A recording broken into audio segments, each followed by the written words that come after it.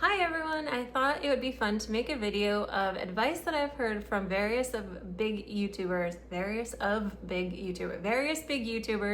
and I am going to judge it based on my 6 to 7-ish months now on Etsy, where at this point, as of last month, I cleared over $2,000 in profit. So I feel like at this stage in the game, I am qualified to judge advice. First thing is more listings equals more sales. And I'm going to agree on that. I think a lot of the YouTubers talk about that. The more you list, the more opportunities you can get found. Also, I would say the more you list, if you are doing it in a way where you're truly iterating, you're trying to improve on things you've done before, the more experience you have creating. So your designs theoretically should get better. I'm primarily just generating images and selling them, so AI art, but I will tell you, I veto a majority of what I make, not even like some of what I make. I veto most of what I make. What I actually list online is probably about 5% of what I generate. And coinciding with that is the idea that 100 listings is like the magic number. And I would say for me, it was actually 50 to 60 listings. And when I say it's the magic number, I just mean that's when I started actually getting views. Okay, advice number 2, list something every day. I would agree that it's good to be pretty consistent and keep the shop active.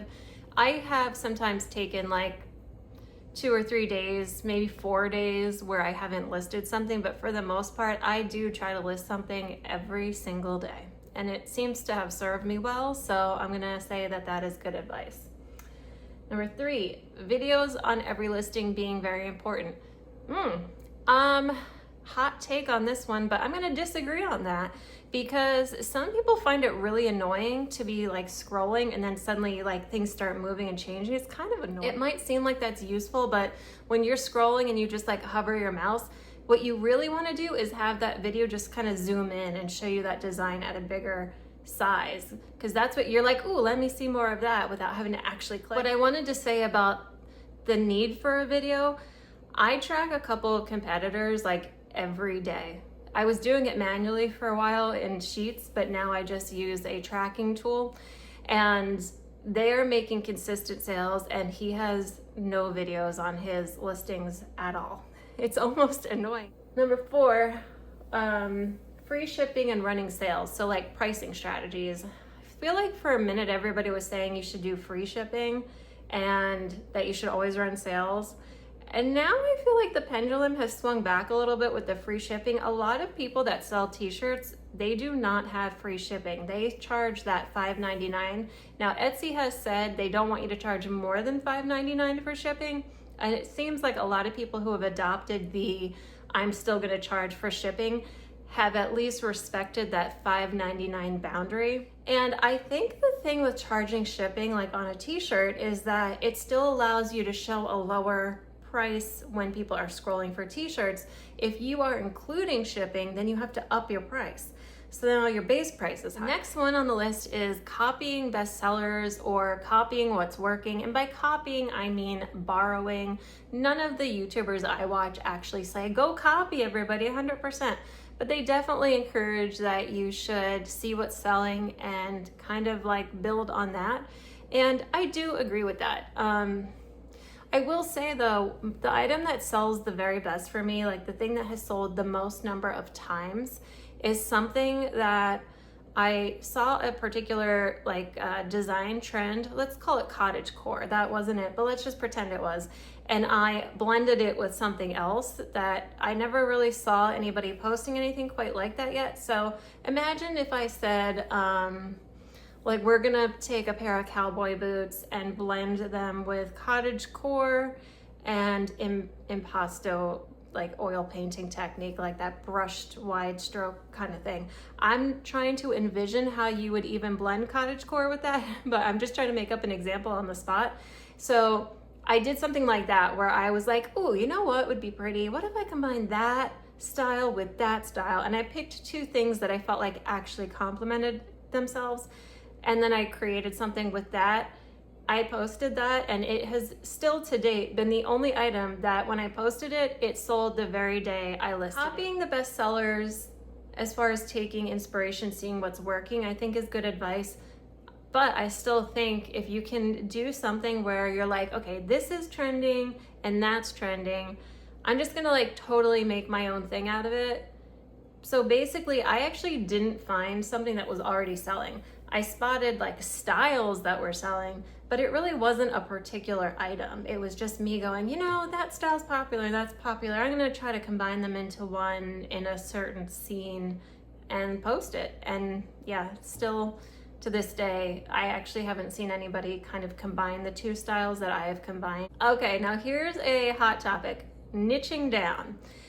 I am going to kind of disagree on this one. I know a lot of the big channels say niche down, but for me, things that have sold for me are things that have nice, big, juicy, broad keywords. I think the thing is with niching down, the trade-off is there's less people searching for that item.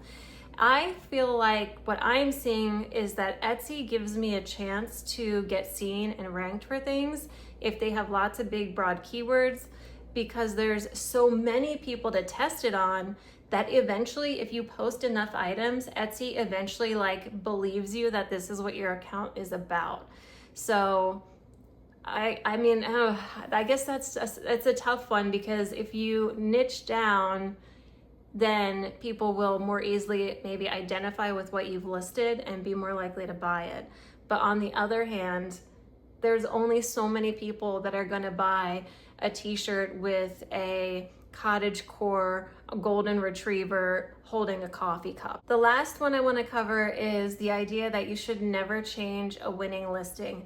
I actually have had to do this because of two reasons. Number one, I noticed that it actually said something in the title that isn't actually true about my listing. Like at the time I made it, I was thinking of selling it a particular way. And then once I listed it, I wasn't really selling it that way. I know I'm being like super abstract here. Let's just say that I listed it as like a square print and it's really a rectangle or something like that.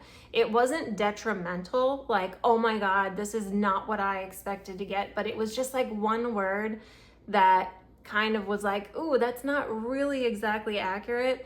And one of the buyers pointed it out to me and he's not wrong. So I was like, you know what?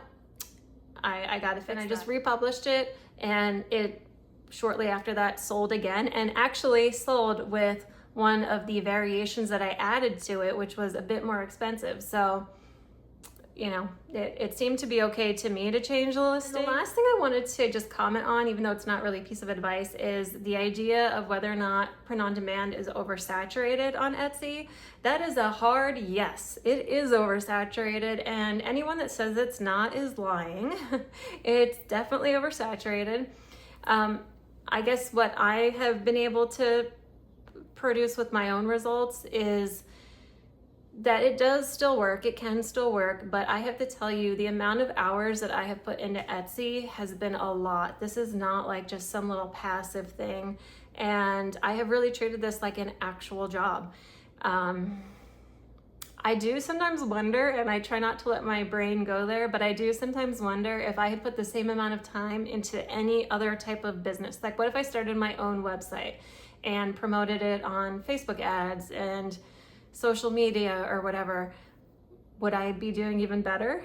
You know, I don't know. But the thing with Etsy is it's built-in traffic, and I have never really been good at pushing traffic. So I have done a lot of different ways of making money online though. So I think in the future, I'm going to give you a video on all the different business models that I've tried, what's worked, what hasn't. I've done things like Amazon KDP, Amazon FBA. I've done Amazon where like you went around to stores and scanned items in and sent them into Amazon, and then you just hop on someone else's listing and sell them there. I've also done private label, and yeah, I'm trying to think of other things that I've done, but I've just done a lot of different things online. So maybe in the future I will rank all of the things, but I will say Etsy for me right now is proving to be one of the better ones, even though it is really hard, it is really saturated, and it does take time.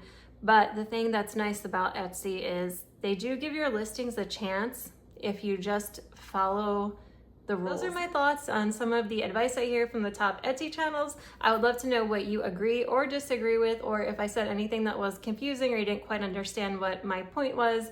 Let me know in the comments and I will definitely try to respond back and clarify. Thanks for watching, and I'll see you next time.